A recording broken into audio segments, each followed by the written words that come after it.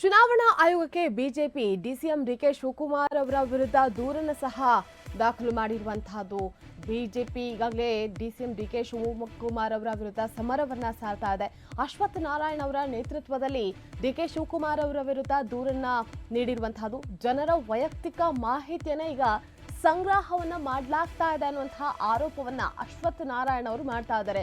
ಸುಳ್ಳು ಹೇಳ್ತಾ ಮತವನ್ನ ಪಡೆಯೋದಕ್ಕೋಸ್ಕರ ಡಿಕೆ ಶಿವಕುಮಾರ್ ಅವರು ಪ್ರಯತ್ನವನ್ನ ಸಹ ಪಡ್ತಾ ಇದ್ದಾರೆ ಅಂತ ಹೇಳಿ ಡಿಸಿಎಂ ಡಿಕೆ ಶಿವಕುಮಾರ್ ಅವರ ವಿರುದ್ಧ ಕ್ರಮವನ್ನ ತೆಗೆದುಕೊಳ್ಬೇಕು ಅಂತ ಹೇಳಿ ಚುನಾವಣಾ ಆಯೋಗಕ್ಕೆ ದೂರನ್ನ ದಾಖಲು ಮಾಡಿದ್ದಾರೆ.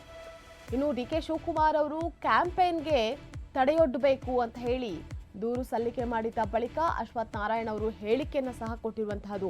ಇನ್ನೇನು ಚುನಾವಣೆ, ಲೋಕಸಭಾ ಚುನಾವಣೆ ಕೆಲವೇ ದಿನಗಳು ಮಾತ್ರ ಬಾಕಿ ಉಳಿದುಕೊಂಡಿದೆ. ದಿನಗಣನೆ ಸಹ ಆರಂಭ ಆಗ್ತಾ ಇರುವಂತಹದ್ದು.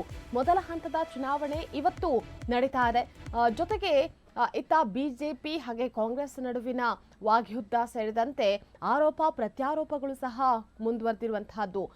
ಇನ್ನು ಡಿಸಿಎಂ ಡಿಕೆ ಶಿವಕುಮಾರ್ ಅವರು ಜನರ ವೈಯಕ್ತಿಕ ಮಾಹಿತಿಯನ್ನು ಸಂಗ್ರಹ ಮಾಡ್ತಾ ಇದ್ದಾರೆ. ಅದರ ಜೊತೆಗೆ ಸುಳ್ಳುಗಳನ್ನ ಹೇಳ್ತಾ ಮತವನ್ನ ಪಡೆಯುವಂತಹ ಪ್ರಯತ್ನವನ್ನ ಮಾಡ್ತಾ ಇದ್ದಾರೆ ಅಂತ ಹೇಳಿ ಡಿಸಿಎಂ ಡಿಕೆ ಶಿವಕುಮಾರ್ ಅವರ ವಿರುದ್ಧ ಕ್ರಮವನ್ನ ತೆಗೆದುಕೊಳ್ಬೇಕು.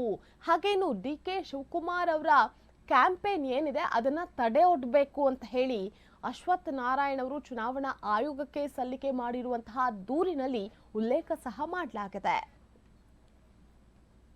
ಸನ್ಮಾನ್ಯ ಡಿಕೆ ಶಿವಕುಮಾರ್ ಅವರ ವಿಚಾರದಲ್ಲಿ ಏನೊಂದು ಮತಯಾಚನೆಯಲ್ಲಿ ಇಂಡ್ಯೂಸ್ಮೆಂಟ್ ಅಶ್ಯೂರೆನ್ಸ್ ಕೊಡ್ತಿರೋದು, ನೇರವಾಗಿ ಅಶ್ಯೂರೆನ್ಸ್ ಕೊಡ್ತಿರೋದು ಕಾನೂನು ಉಲ್ಲಂಘನೆ ಆಗಿದೆ ಅನ್ನೋಂಥದ್ದನ್ನ ಬಹಳ ಸ್ಪಷ್ಟವಾಗಿ ತಿಳಿಸಿದೀವಿ. ನಮಗೆ ಸಂಪೂರ್ಣ ವಿಶ್ವಾಸ ಇದೆ ಡಿಕೆ ಶಿವಕುಮಾರ್ ಅವ್ರ ಮೇಲೆ ಕಾನೂನು ಕ್ರಮ ಜರುಗುವಂಥದ್ದು ಖಡಖಂಡಿತ. ಅವ್ರ ಮೇಲೂ ಹೇಗೆ ಸುಧಾಕರ್ ಅವ್ರ ಮೇಲೆ ಕೇಸ್ ರಿಜಿಸ್ಟರ್ ಆಗಿದೆಯೋ ಅದಾಗುತ್ತೆ ಅಂತ ವಿಶ್ವಾಸ ಇದೆ.